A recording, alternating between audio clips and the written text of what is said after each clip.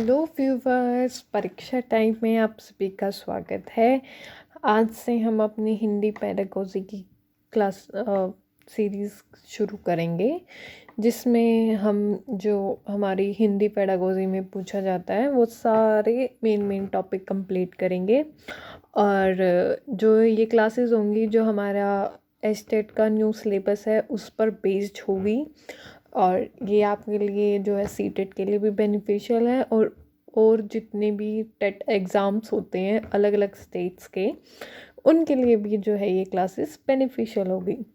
तो चलो हम अपनी क्लासेस शुरू करते हैं। Let's start. No, let's do it. So first हम पढ़ेंगे आज हिंदी पेडागोजी। सबसे पहले जो हमारा टॉपिक आता है भाषा। ठीक है, हिंदी क्या है? एक भाषा है।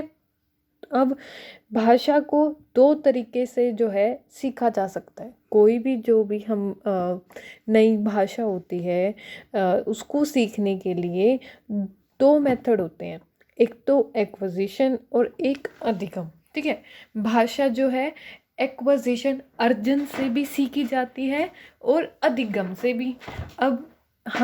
अभी मैं आपको बताऊंगी कि भाई एक्विजिशन और लर्निंग जो हमारा अर्जन है और अधिगम है, इनमें मतलब क्या डिफरेंस है कि भाई कैसे भाषा का क्या जो है इसके रिलेशनशिप है एक अर्जन और अधिगम में, भाषा में। ठीक है, अब देखो, यदि हम बिना दिमाग लगाए, बिना रूल्स को याद किए और मतलब कि अनकंडीशन तरीके से जब हम किसी भाषा को सीख जाते हैं तो वह अर्जन कहलाता है।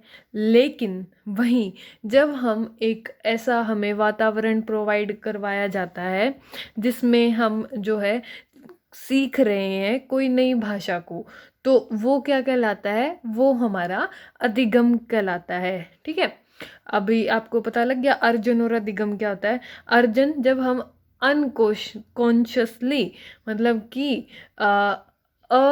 अचेतन तरीके से जब हम किसी भाषा को सीख जाए, जैसे कि हमारी मातृभाषा, मदर टंग जो हमारी लैंग्वेज है, वो कैसे सीखी जाती है? वो अर्जन से सीखी जाती है। वहीं जैसे हम अपनी अंग्रेजी भाषा को सीखते हैं तो वो कैसे सीखी जा रही है? वो अधिगम के माध्यम से सीखी जा रही है। अब भाषा क्या है? समग्रतावादी। समग्रतावादी क्या होता है? जिसमें सारा ओवरऑल जो डेवलपमेंट होता है वो समग्रतावादी होता है। ज्ञान सर्जन संज्ञान है।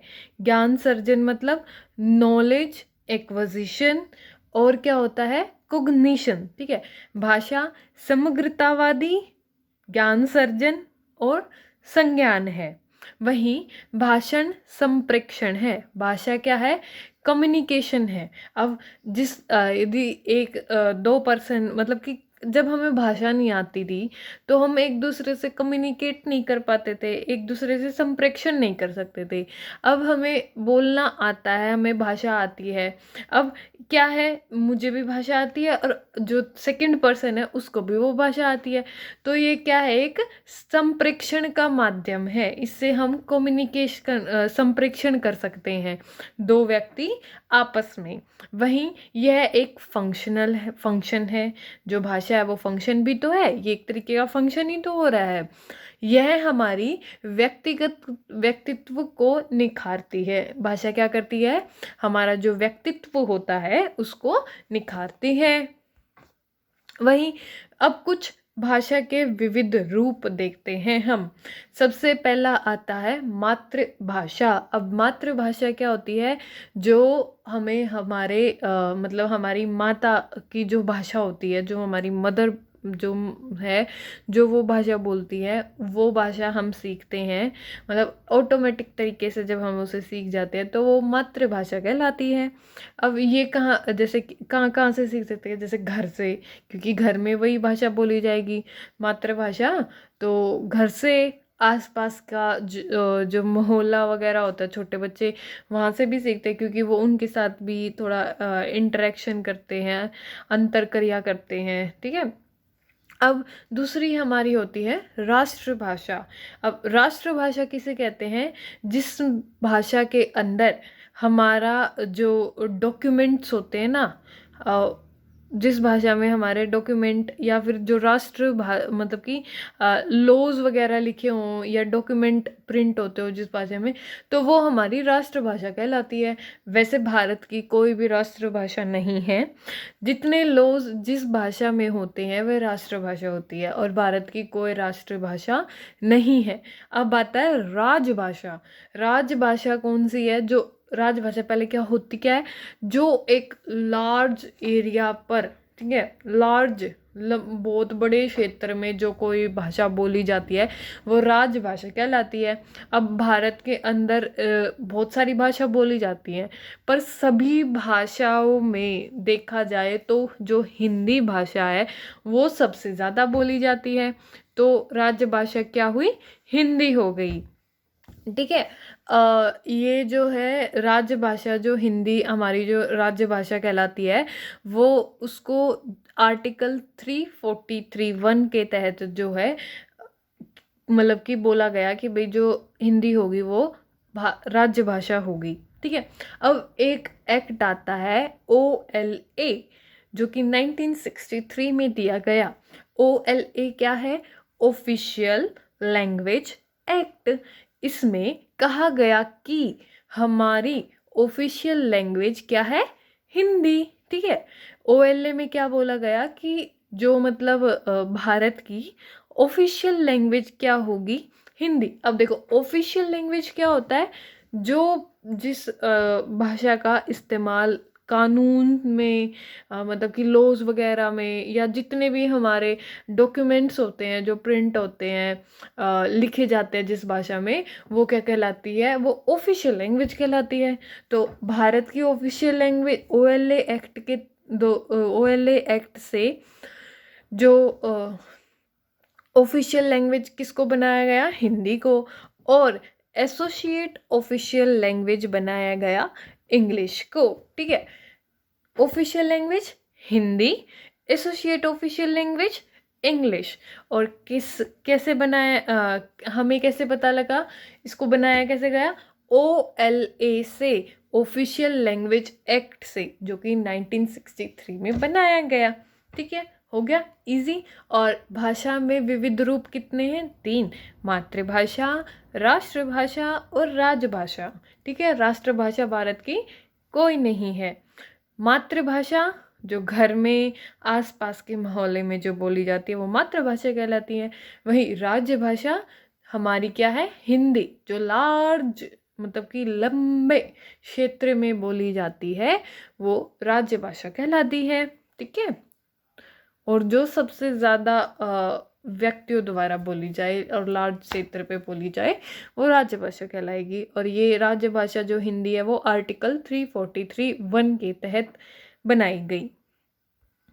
अब आगे देखते हैं भाई क्या है? त्रिभाषा सूत्र। ठीक है, जिसको हम 3 लैंग्वेज फॉर्मूला भी बोलते हैं, जो कि कोठारी आयोग में दिया गया था इसके बारे में। और जो हमारे कोठारी जी थे उन्होंने ये कोठारी आयोग बनाया था 1964 से 66 तक। अब उन्होंने जो है 3 त्रिभाषा सूत्र दिया था, या मतलब इंग्लिश में बोलेंगे हम इसको 3 लैंग्वेज फॉर्मूला। वैसे ये हिंदी की पेडागोजी है तो हिंदी में ही बोलेंगे हम, ज़्यादा से ज़्यादा कोशिश करेंगे हिंदी में बोलने की, पर आपको समझ में आ जाएगा जो भी मैं बोलूँगी। ठीक है। सो घबराना मत इस चीज़ के लिए। अब आते हैं त्रिभाषा सूत्र के अंदर बताया गया, एक तो वो उस क्षेत्र के बारे में बताया गया जहाँ पर हिंदी बोली जाती है, एक वह क्षेत्र जहाँ पर हिंदी बोली नहीं जाती है, मतलब कोई और भाषा बोली जाती है जो उनकी मातृभाषा होगी।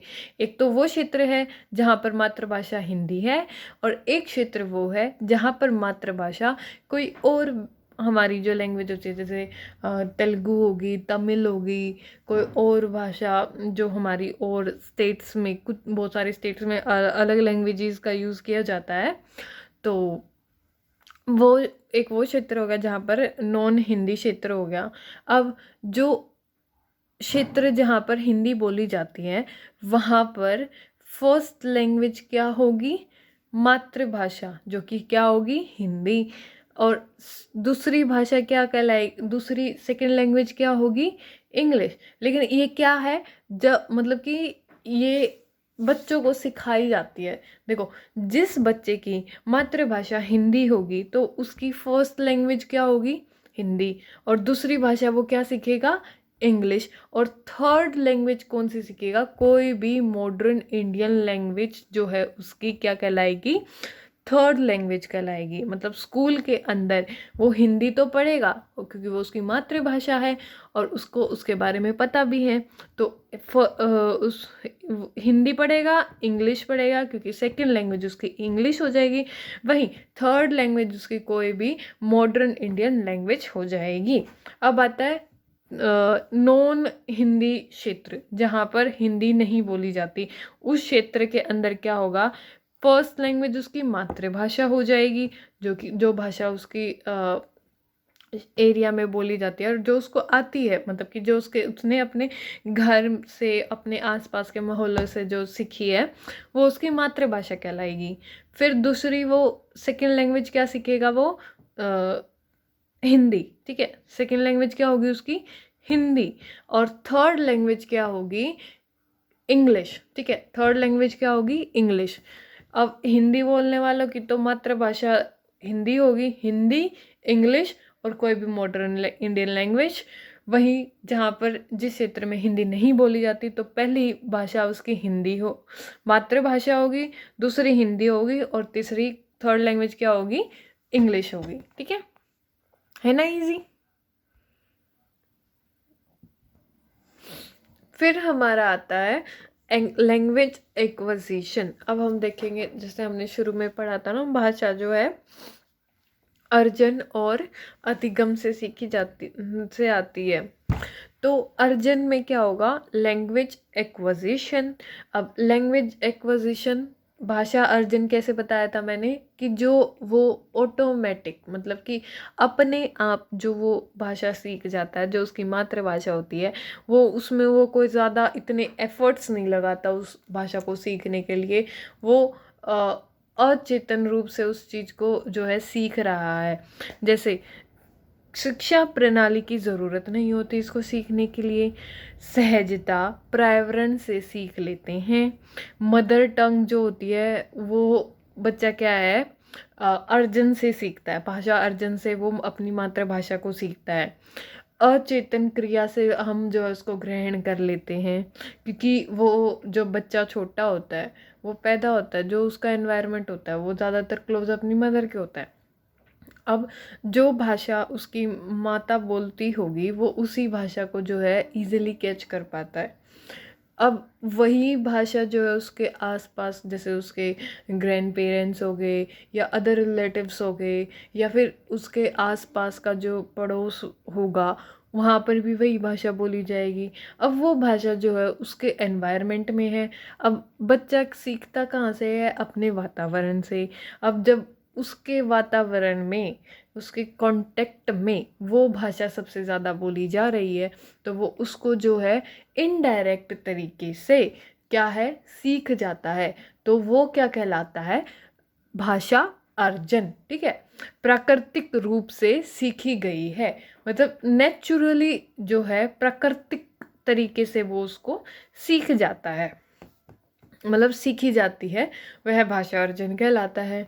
अब अधिगम। अब अधिगम कैसे होता है? संस्थागत, सिस्टमैटिक तरीके से, रूल्स से, नियम से।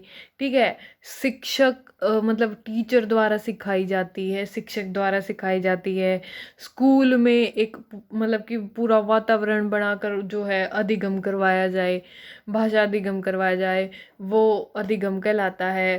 ठीक है, और कैसे? बच्चों को एक समृद्ध भाषिक परिवेश दिया जाता है, मतलब कि एक ऐसा परिवेश, मतलब इन्वायरमेंट, उसको ऐसा परिवेश प्रोवाइड करवाया जाता है पूरे समृद्ध होलिस्टिक वे में उसको वो है मतलब अधिगम कराया जाता है, लर्निंग करवाई जाती है, भाषा अधिगम कहलाता है। ठीक है, जो भाषा बच्चे को नियम, शिक्षक द्वारा स्कूल में एक अच्छा वातावरण बनाकर संस्थागत तरीके से सिखाई जा रही है तो वह भाषा अधिगम कहलाएगा।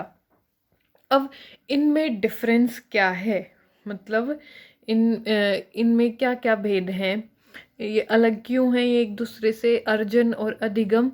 देखो, अर्जन तो अचेतन तरीके से सीखा जाता है, अचेतन मतलब अनकॉन्शियसली, और अधिगम कॉन्शियस तरीके से। बच्चा अवेयर होता है, सचेत होता है, उसको पता होता है कि भाई उसको वो भाषा सीखनी है और वो उसको जो है मतलब एफर्ट्स लगाकर उसको सीखता है उस भाषा को, तो वो अधिगम कहलाएगा।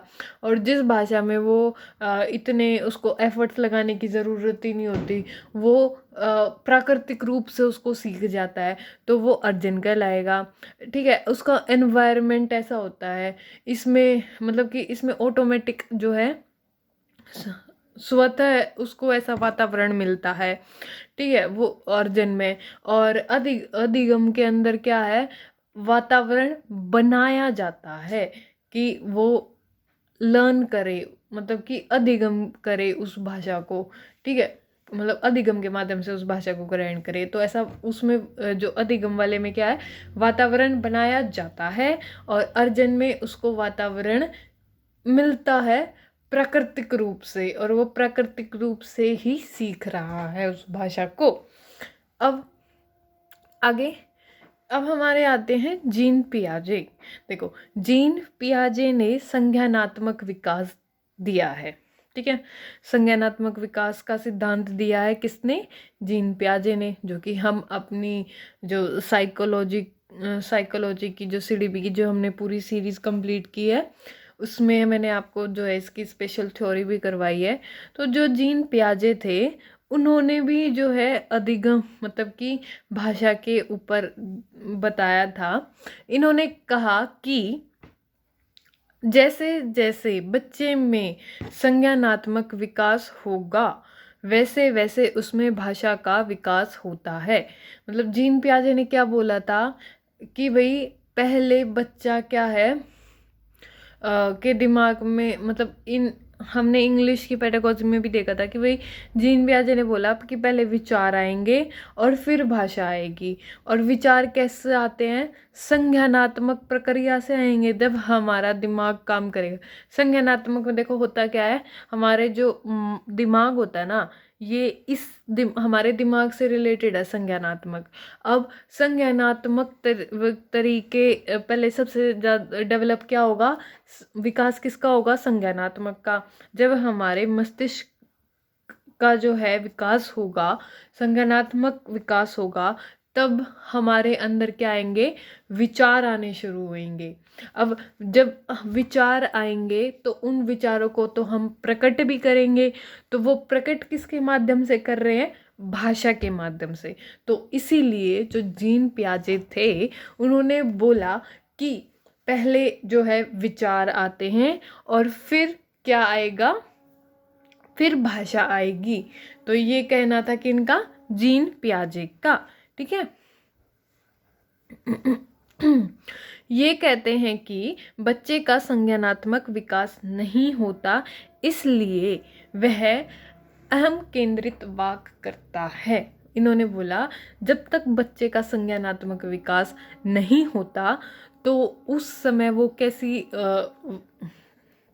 वाक करेगा, तो वो अहम केंद्रित वाक करता है। अहम केंद्रित वाक का मतलब ईगो सेंट्रिक स्पीच, कि अपने आप को ही अहमता देना, अपने आप से ही जो है कन्वर्सेशन करना अपने आप में ही, तो वो क्या कहलाएगी, अहम केंद्रित वाक। ठीक है, इन्होंने कहा देखो संज्ञानात्मक विकास हुआ, विचार आए, विचार से क्या हुआ, भाषा भाषा आ गई उसको।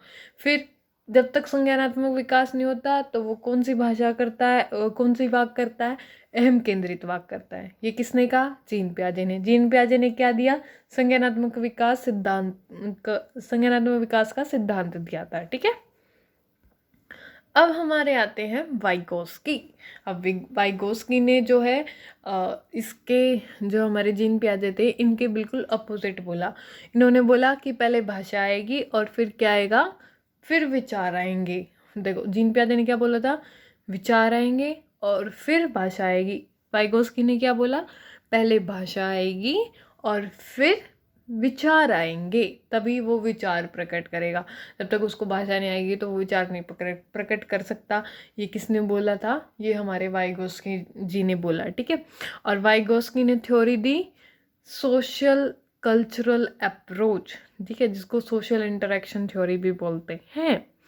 अब इन प्राइवेट स्पीच बच्चे की संज्ञानात्मक विकास में हेल्प करती है। देखो इन्होंने क्या बोला कि जो वो प्राइवेट स्पीच जो होती है, जो वो खुद से ही वाक करता है, अहम केंद्रित वाक जो है, मदद करती है संज्ञानात्मक विकास में, मतलब संज्ञानात्मक विकास कराने में जो है हेल्प करती है हमारी अहम केंद्रित वाक, प्राइवेट स्पीच, ठीक है। बालक भाषा अपने परिवेश से अंतर क्रिया करते हुए सीखता है।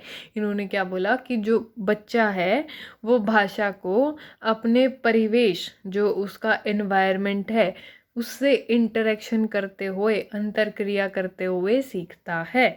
इसके अनुसार निजी भाषा बालक के संज्ञानात्मक विकास में सहायता करती है। उन्होंने बोला कि जो प्राइवेट स्पीच जो होती है वो बच्चों के संज्ञानात्मक विकास में क्या करती है, सहायता करती है, ठीक है। फिर हमारे आते हैं भाई नोम चॉम्स्की, जो कि वेरी वेरी वेरी इम्पोर्टेंट, ठीक है।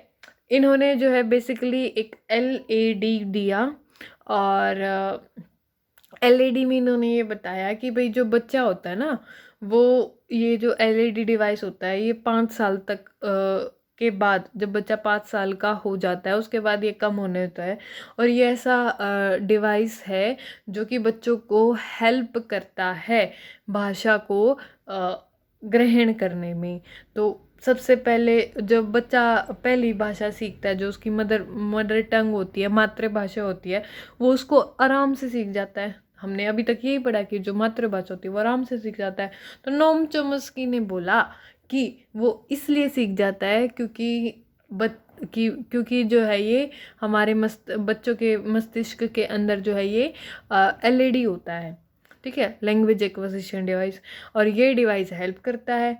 लेकिन उन्होंने फिर ये भी बोल दिया कि भाई 5 साल के बाद, जब बच्चा 5 साल का हो जाता है उसके बाद जो ये LAD होता है ये कम होना शुरू हो जाता है। इसीलिए जब वो दूसरी भाषा को ग्रहण करने की कोशिश करता है तो उसको जो है डिफ़िकल्टीज आती हैं उस दूसरी भाषा को सीखने में।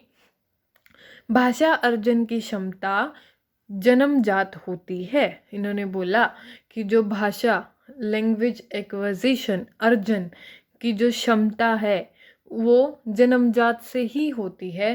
प्रत्येक बालक भाषा सीखने की जन्मजात शक्ति के साथ पैदा होता है।